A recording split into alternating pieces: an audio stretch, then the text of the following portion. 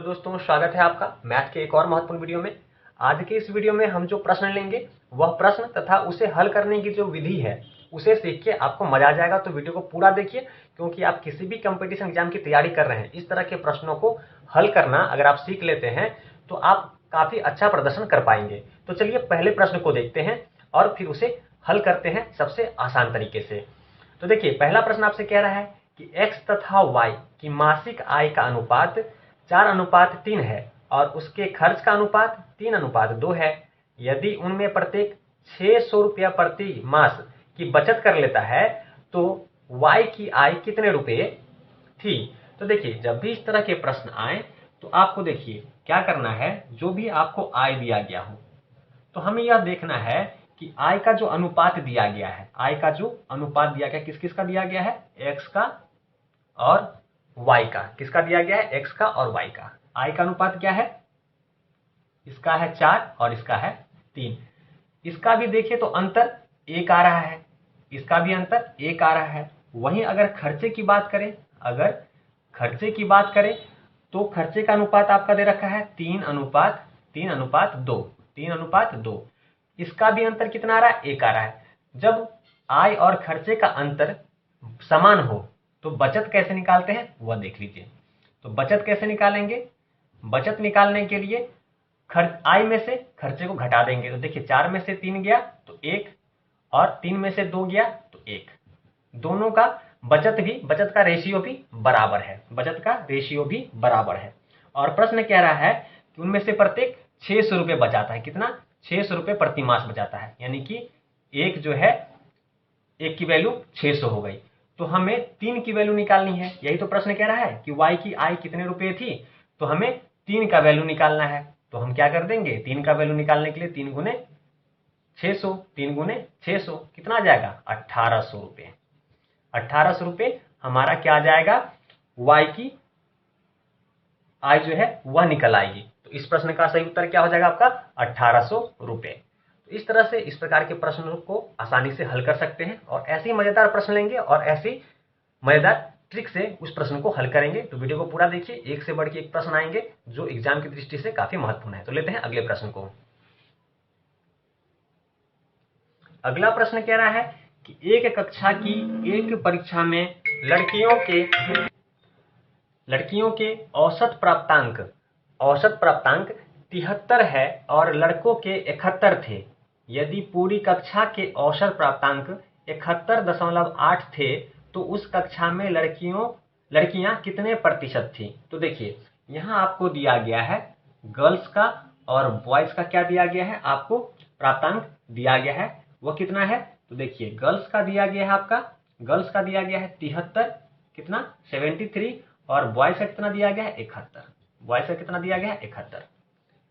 ठीक है, यहां तक कोई दिक्कत नहीं। गर्ल्स का 73 दिया गया है, बॉयज का 71 दिया गया है। ठीक है, अब देख लीजिए इन दोनों का जो औसत प्राप्तांक है वह कितना है, 71.8। कितना है, 71.8। तो देखिए इसे हम निकाल सकते हैं कि अगर इसमें से हम इसको माइनस कर दे तो आपका आ जाएगा कितना, 73 में से 71 माइनस हो जाएगा तो आपका आ जाएगा 1.5। ये किसका आ गया, बॉयज का आ गया। ठीक है, और इसी प्रकार से गर्ल्स का निकालने के लिए कैसे करेंगे, 71.8 में से 71 को घटा देंगे तो कितना आ जाएगा, इसे माइनस करेंगे तो 0.8। कितना आ जाएगा, 0.8, सॉरी यहाँ पे 2 आएगा। 73 में से 71.8 माइनस करेंगे तो 1.2 आएगा। ठीक है, और 71 में से 71.8 में से 71 माइनस करेंगे तो 0.8 आएगा। तो देखिए पॉइंट से पॉइंट हट जाएगा, पॉइंट से पॉइंट ये कट गया, यानी कह सकते हैं कि कुल 12 लड़के हैं और लड़कियां कितनी हैं, 8 हैं।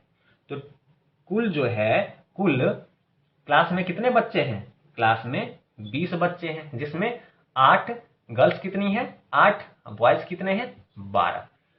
क्वेश्चन हमसे पूछ रहा था कि उस कक्षा में लड़कियां कितनी प्रतिशत थी। तो देखिए लड़कियां 8 हैं, कुल बच्चे 20 हैं, प्रतिशत निकालना है तो 100 से गुना कर दीजिए।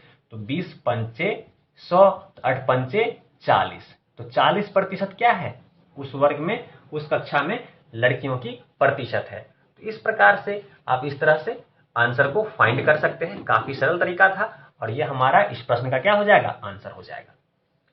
तो काफी सरल तरीका है, बस प्रश्न को समझना है, कॉन्सेप्ट को समझना है और जो प्रश्न कह रहा है वो कर देना है, आंसर हमारा फाइंड आ जाएगा, फाइंड हो जाएगा।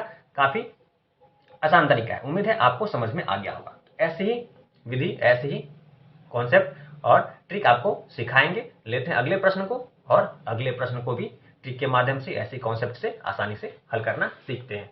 तो लेते हैं अगले प्रश्न को। अगला प्रश्न कह रहा है कि यदि लागत मूल्य बिक्री मूल्य का 95% हो तो उसके आधार पर लाभ का प्रतिशत कितना होगा।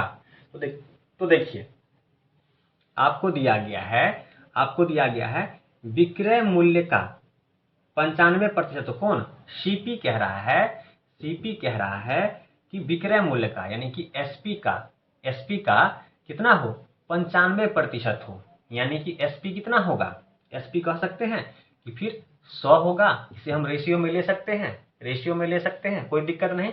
तो सीपी 95% है किसका, एसपी का, तो निश्चित ही एसपी कितना होगा, 100 होगा। तभी तो एसपी का 95% आपका सीपी होगा। तो 100 हमारा एसपी हो गया, सीपी हमारा 95 हो गया। तो हम कह सकते हैं कि भैया लाभ कितना हुआ होगा, लाभ हुआ होगा फिर 5 का लाभ हुआ होगा। तो प्रश्न कह रहा है कि लाभ प्रतिशत कितना होगा। तो भैया लाभ प्रतिशत निकालने के लिए क्या करते हैं, 5 बट्टा नीचे लिखेंगे क्रय मूल्य क्या हमारा 95 आ गया। तो लिखिए यहाँ 95% निकालना है तो 100 से गुना कर दीजिए। अब इसे काट लेते हैं। तो देखिए इसे काटेंगे तो 19 पंचे 95, 100 को 19 को 100 में भागा करेंगे तो कितना आ जाएगा हमारा आंसर, 5.26 आ जाएगा, जो कि क्या होगा, हमारे इस प्रश्न का आंसर हो जाएगा। बस इतना सा करना था, बस इतना सा सिर्फ प्रश्न समझना है, कॉन्सेप्ट समझिए, आपका सवाल चुटकियों में हल हो जाएगा।